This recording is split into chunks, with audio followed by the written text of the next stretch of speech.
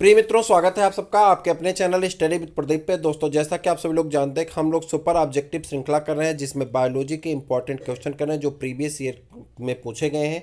तो आज की जो हमारी श्रृंखला है वह तीसरी श्रृंखला है पुष्पी पादपों में लैंगिक जनन से संबंधित, और वहीं से हम लोग स्टार्ट कर रहे हैं। तीसरी श्रृंखला में क्वेश्चन नंबर 76 से स्टार्ट है और एक क्वेश्चन नंबर जाएगा 105 तक। यानी आज यह चैप्टर पूरी तरह से आपका कंप्लीट हो जाएगा। क्लास 12 का चैप्टर नंबर फर्स्ट हम लोग पढ़ रहे हैं।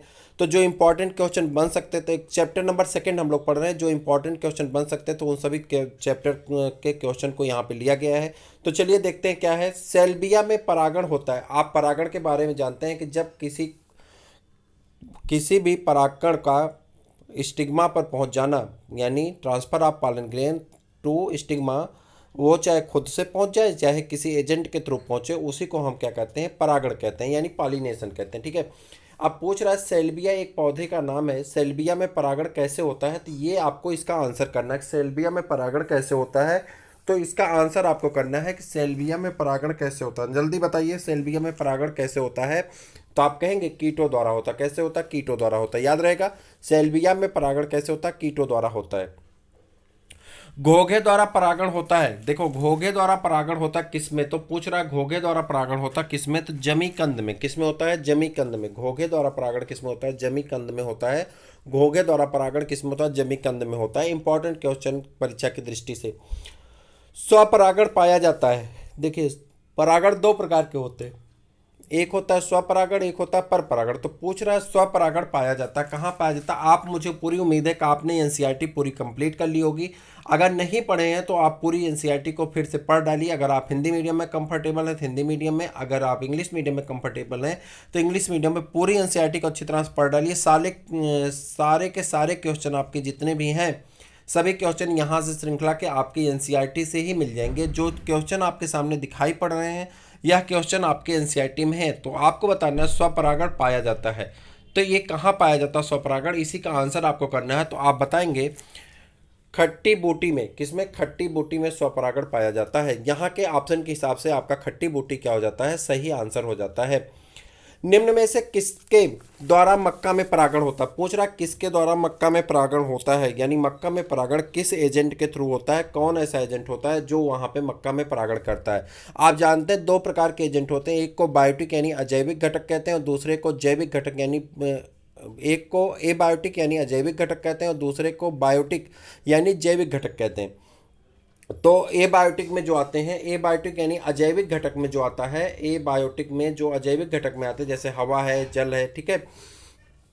तो वही पूछ रहा किसके द्वारा होता है, तो आप कहेंगे वायु के द्वारा होता है। कैसे होता है? वायु के द्वारा होता है। किसमें? मक्का में परागण जो होता है किसके माध्यम से होता है? तो वायु के माध्यम से होता है। किसके माध्यम से? वायु के माध्यम से होता है। निम्नलिखित में से किसमें कीट परागण पाया जाता है? यहाँ पे ऑप्शन दिया गया कीट परागण किसमें पाया जाता है। आपको बताना कीट परागण किसमें पाया जाता है। अंजीर में पाया जाता है। आप अपनी एनसीईआरटी पढ़ेंगे तो वहाँ पे अंजीर का वर्णन किया गया है एनसीईआरटी में, तो अंजीर में पाया जाता है। ठीक है। अंड उपकरण बनता है, यानी एग अपरेटस बनता है, किससे बनता है? ये इसका आपको आंसर करना है, किससे बनता है। तो अंड व सहायक कोशिकाओं से। किससे बनता है? अंड व सहायक कोशिकाओं से। ऑप्शन आप देख सकते हैं, देखिए यहाँ पे दिया है केवल अंड से, अंड व प्रमुख कोशिका से, अंड व सहायक कोशिका से, सहायक कोशिकाओं या प्रमुख कोशिका से। तो यहाँ पे आपका जो आंसर सही होता है अंड व सहायक कोशिकाओं से। ठीक है। एक्चुअली में जब तक हम बोलते हैं उसे दिखाते हैं आपको, तब तक आप पूरे अगर कंसंट्रेट होकर के देखते हैं तो आप सीधे सीधे क्वेश्चन के आंसर को देख लेते हैं, आप समझ भी जाते हैं कि यह आंसर है। हम आपको डायरेक्ट आंसर बता देते हैं। अगर हम चारों विकल्प पढ़ेंगे फिर आंसर बताएंगे तो उसमें क्या होता है, कन्फ्यूजन हो जाती है। अगर आप थोड़ा सा गाफिल पढ़ेंगे तो आपको सुनने में दिक्कत हो जाएगी कौन सा आंसर है। इसलिए हम सिर्फ आंसर वाली चीज़ को ही बताते हैं कि बाकी चार ऑप्शन को हम छोड़ देते हैं।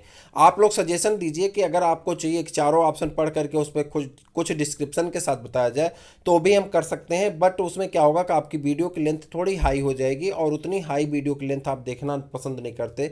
चूँकि आपको चाहिए 25 क्वेश्चन प्रैक्टिस पेपर में आपको ज़्यादा टाइम नहीं चाहिए होता, उसमें 20, 25, 22 मिनट जो होता है आपके लिए फुल लेंथ मानी जाती है। तो उसमें क्या होता है 20-22 मिनट में आप क्वेश्चन को बड़े ध्यान से सुन लेते हैं, 25-30 क्वेश्चन को आप बड़े मन से कर लेते हैं, सुन लेते हैं, देख लेते हैं। जो आपके आने वाले श्रृंखला में अगर आ जाता है रिपीटेशन आपका बना रहता है और आपको दिक्कत नहीं होती। लेकिन अगर 1 घंटे का वीडियो है वो एक क्वेश्चन का डिस्क्रिप्शन है आधे घंटे का, तो उसमें आप बोर होने लगते हैं और आप 2-4 क्वेश्चन देख करके बंद कर देते हैं। इसी कारण यह श्रृंखला जो है डायरेक्ट क्वेश्चन आंसर की श्रृंखला है, जिसमें आप डायरेक्ट क्वेश्चन करेंगे, आंसर करेंगे, आपके अंदर उत्साह बना रहेगा कि अगला क्वेश्चन क्या है, टाइम भी ज़्यादा वेस्ट नहीं होगा और आप जल्दी जल्दी आंसर करते चले जाएंगे। इसी कारण मैं डायरेक्ट इस तरह से करता हूँ। बाकी आप अपना सजेशन दीजिए कि आपको अगर कोई सुधार करने की आवश्यकता होगी तो मैं उसको कर दूंगा, ठीक है। पुष्प के सहायक चक्र हैं, आपको बताना है पुष्प में सहायक चक्र क्या होते हैं, तो आपको बताना है। तो इसमें जानते हैं, जब आप पुष्प देखते हैं तो पुष्प में 4 भाग होते हैं। पुष्प में कितने भाग होते हैं? 4 भाग होते हैं। जल्दी जल्दी देख लेते हैं। एक को कहते हैं बाह्य दलपुंज, ठीक है। उसके बाद होता है जिसे आप लोग क्या कहते हैं, सेपल, पेटल, करोला, एंड्रोसियम और गाइनीसियम, ठीक है। तो आप क्या कहते हैं, तो यहाँ पे क्या करना है, जो आपका सबसे बाहरी होता है उसे क्या कहते हैं, बाह्य दलपुंज, ठीक है। उसके बाद दलपुंज, बाह्य दलपुंज को सेपल कहते हैं, दलपुंज को पेटल कहते हैं, ठीक है। उसके बाद आपका 2 और होते हैं जिसे एंड्रोसियम कहते हैं और गाइनीसियम कहते हैं, जिसे जायांग और पुमंग कहते हैं, ठीक। तो यहाँ पे हमसे पूछ रहा है कि बाहर के पुष्प के सहायक चक्र कौन होते हैं, तो ये जो दोनों हैं दलपुंज और बाह्य दलपुंज, ये दोनों सहायक हिस्से होते हैं, ना कि जनन हिस्से होते हैं। जनन हिस्से में कौन होता है? पुमंग और जायांग होता है, ठीक है। चले आगे। द्वि निषेचन में कितने केंद्रक भाग लेते हैं? पूछ रहा है द्वि निषेचन में कितने केंद्रक भाग लेते हैं, इसका आपको आंसर करना है। तो कितने केंद्रक भाग लेते हैं, प्रश्न को ध्यान से देखिए, प्रश्न देख करके इसकी विशेषता समझ सकते हैं। पूछिए, देखिए दिया गया द्वि निषेचन में कितने केंद्रक भाग लेते हैं, 2, 4, 3, 5। आंसर बताइए कितने केंद्रक भाग लेते हैं, जल्दी से बताइए। द्वि निषेचन में कितने केंद्रक भाग लेते हैं, आंसर आपको करना है। द्वि निषेचन में कितने केंद्रक भाग लेते हैं, आंसर आपका है 5, ठीक है। आंसर आपका क्या है? 5 है, ठीक। निम्न में से द्विबीजपत्री भ्रूणपोष बीज है, द्विबीजपत्री भ्रूणपोष बीज है। निम्न में से द्विबीजपत्री भ्रूणपोष बीज है, कौन सा द्विबीजपत्री भ्रूणपोष बीज है? तो कौन है? अरंडी, ठीक है। क्या है? अरंडी है, ठीक है। आगे बढ़ जाएं।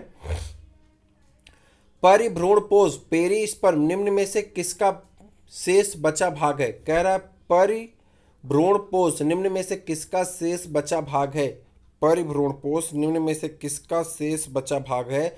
तो यहाँ पर अगर आप देखेंगे तो आपका आंसर हो जाता है इसमें बीजांडकाय का। किसका? बीजांडकाय का, ठीक है। एक क्वेश्चन में यहाँ पे थोड़ा सा वो है, जिन मित्रों को पता हो वो इसको थोड़ा सा बताएं। द्वि निषेचन में कितने केंद्रक होते हैं, चूँकि सामने से जो मुझे बताया जा रहा है कि ये गलत है। मुझे भी 3 ही पता है, लेकिन ऑप्शन में जो आपकी बुक है डॉक्टर रमेश गुप्ता की बुक के ऑप्शन में ऑब्जेक्टिव बायोलॉजी में ए दिया गया है, ठीक है। तो आप जिन लोगों को सही नॉलेज हो उनसे रिक्वेस्ट है कि आप जरूर बताएं। चूँकि मेरे सामने सर बैठे हैं, सर कह रहे हैं नहीं ऐसा नहीं, ऐसा होता है। तो आप बताइए कि इसमें से कौन सा आपका सही है। मुझे भी यही लग रहा था, लेकिन ऑप्शन चूँकि बुक में ए वाला दिया था, इसलिए मैंने इस आंसर को आपको टिक कराया। तो आप देख करके बताइएगा, इसे एक्सेप्शन के दायरे में हम डाल करके छोड़ देते हैं। जिन मित्रों को एग्जैक्ट पता होगा या कोई वो होगा, मैं कल के वीडियो में इसको सम्मिलित कर दूंगा, बुक में देख करके किसी और बुक में देखूंगा, जैसा भी होगा कल इसको मैं फिर से शामिल करके आपको बता दूंगा, ठीक है।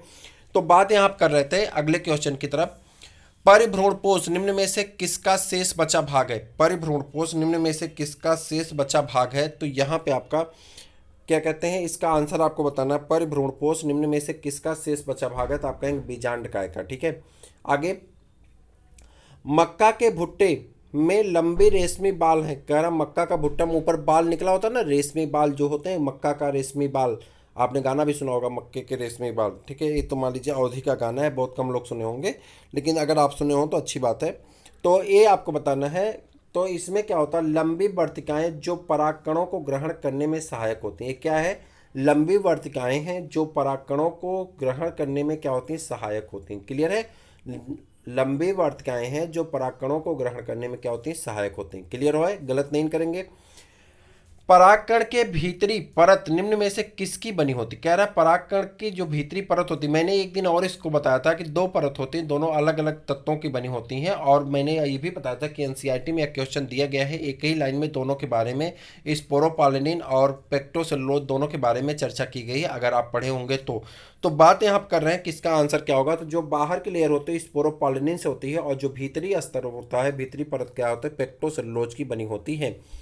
एक बीजपत्री भ्रूण में बीजपत्र की स्थित होती, कह रहा है एक बीजपत्री भ्रूण में बीजपत्र की स्थित होती है, कैसी होती है स्थित वो बताना है। एक बीजपत्री भ्रूण में एक बीजपत्री भ्रूण में बीजपत्र की स्थित होती है, कैसी स्थित होती है, तो उसके बारे में आपको बताना। पार्श्व स्थित होती, कैसी होती, पार्श्व की स्थित होती है।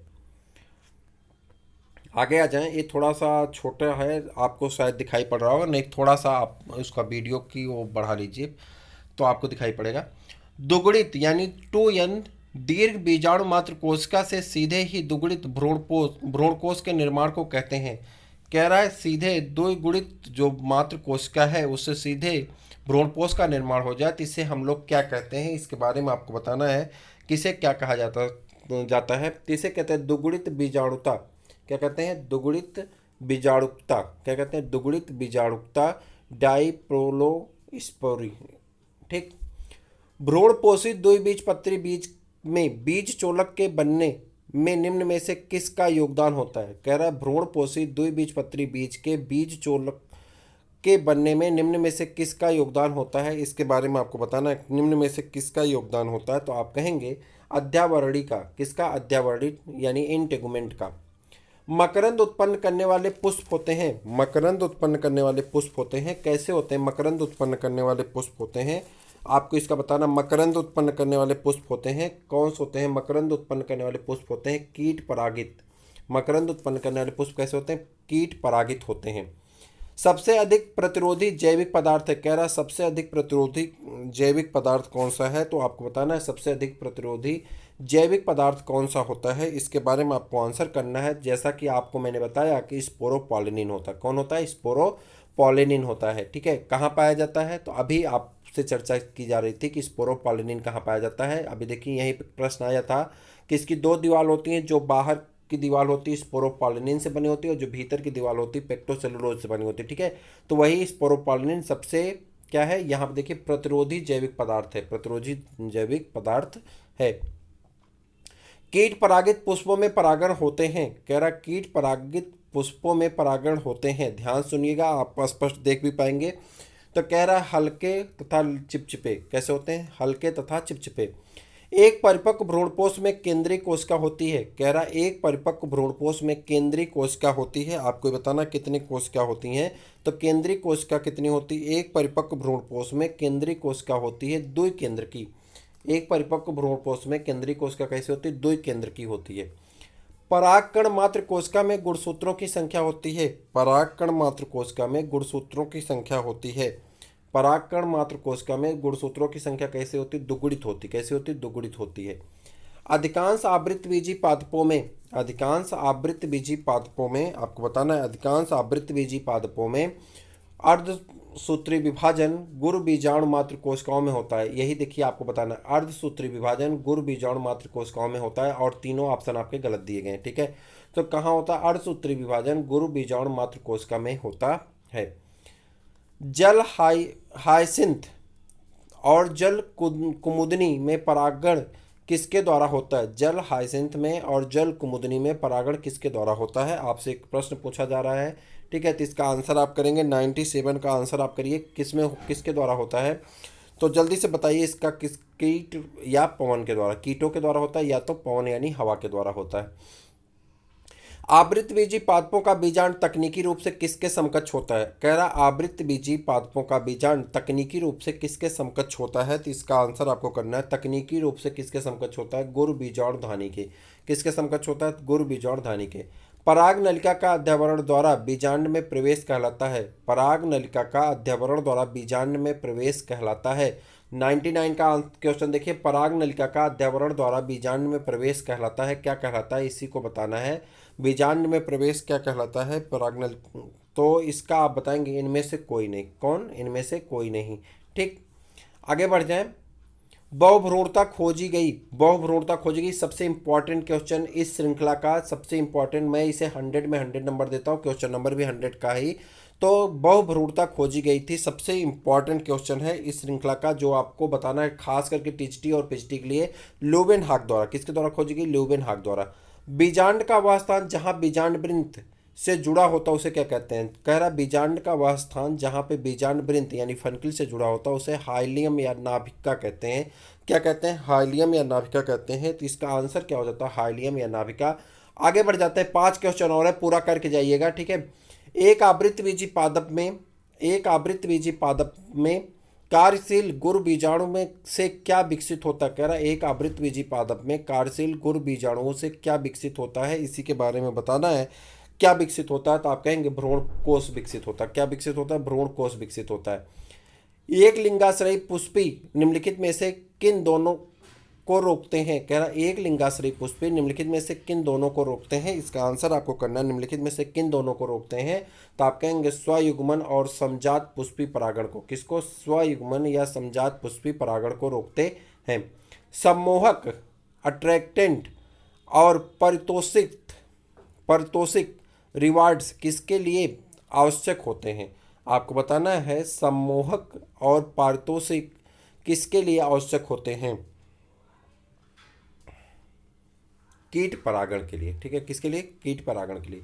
वे पुष्प जिनके अंडाशय में एक बीजांड होता है और वे एक पुष्पक्रम से बंधे रहते हैं, सामान्यतः किसके द्वारा परागित होते हैं। कह रहा है कि जिस पुष्प में अंडाशय होता है और बीजांड होता है तथा वह पुष्पक्रम से बंधे रहते हैं, सामान्यतः किसके द्वारा परागित होते हैं, यह आपका क्वेश्चन है और इसका आंसर आपको करना है। किसके द्वारा परागित होते हैं, किसके द्वारा परागित होते हैं, वायु के द्वारा होते हैं। और द्विनिषेचन किसके द्वारा प्रदर्शित किया जाता है, तो आप बताएंगे द्विनिषेचन आवृतबीजियों के द्वारा प्रदर्शित किया जाता है। किसके द्वारा, आवृतबीजियों के द्वारा प्रदर्शित किया जाता है। तो इस प्रकार से आज आपके क्लास 12 के चैप्टर नंबर 2 से इम्पॉर्टेंट 106 क्वेश्चन 3 वीडियोज के माध्यम से हम आप तक पहुंचा चुके हैं। इसके 3 वीडियोज हैं, अगर आप नहीं देखें तो प्लेलिस्ट में जाइए और आपको मिल जाएगा कि Hindi medium super objective biology Hindi. ठीक है, तो आप इस श्रृंखला का लाभ लीजिए और अपने दोस्तों को भी बताइए। और इसी तरह से कल हम लोग पढ़ेंगे मानव जनन और उसके बाद जनन स्वास्थ्य। 4 चैप्टर इसका कर लेने के बाद हम लोग लगातार श्रृंखला आपकी आगे बढ़ती रहेगी। और हमारा प्रयास ये है कि हम GIC के पेपर से पहले क्लास 11, क्लास 12 के सभी इंग्लिश के और हिंदी के सारे पेपर हम आपके पूरे करा देंगे, हिंदी मीडियम में भी और इंग्लिश मीडियम में। और कंपटीशन जितने भी हमारे क्वेश्चन उसके क्या कहते हैं प्रैक्टिस पेपर के हैं, यूथ पब्लिकेशन के और शिल्पी पब्लिकेशन के, वो सारे प्रैक्टिस पेपर हम आपको करा देंगे। यानी चैनल पे फ्री में आपको वो सारी बेनिफिट दी जा रही हैं जो आपको कहीं पे मोटी फीस दे करके भी नहीं मिलती है। तो बस आपसे एक रिक्वेस्ट है कि आप चैनल को सब्सक्राइब कर लीजिए और अपने दोस्तों को शेयर कर दीजिए। फिर मिलते हैं किसी और वीडियो में, तब तक के लिए इजाज़त दीजिए। जय हिंद।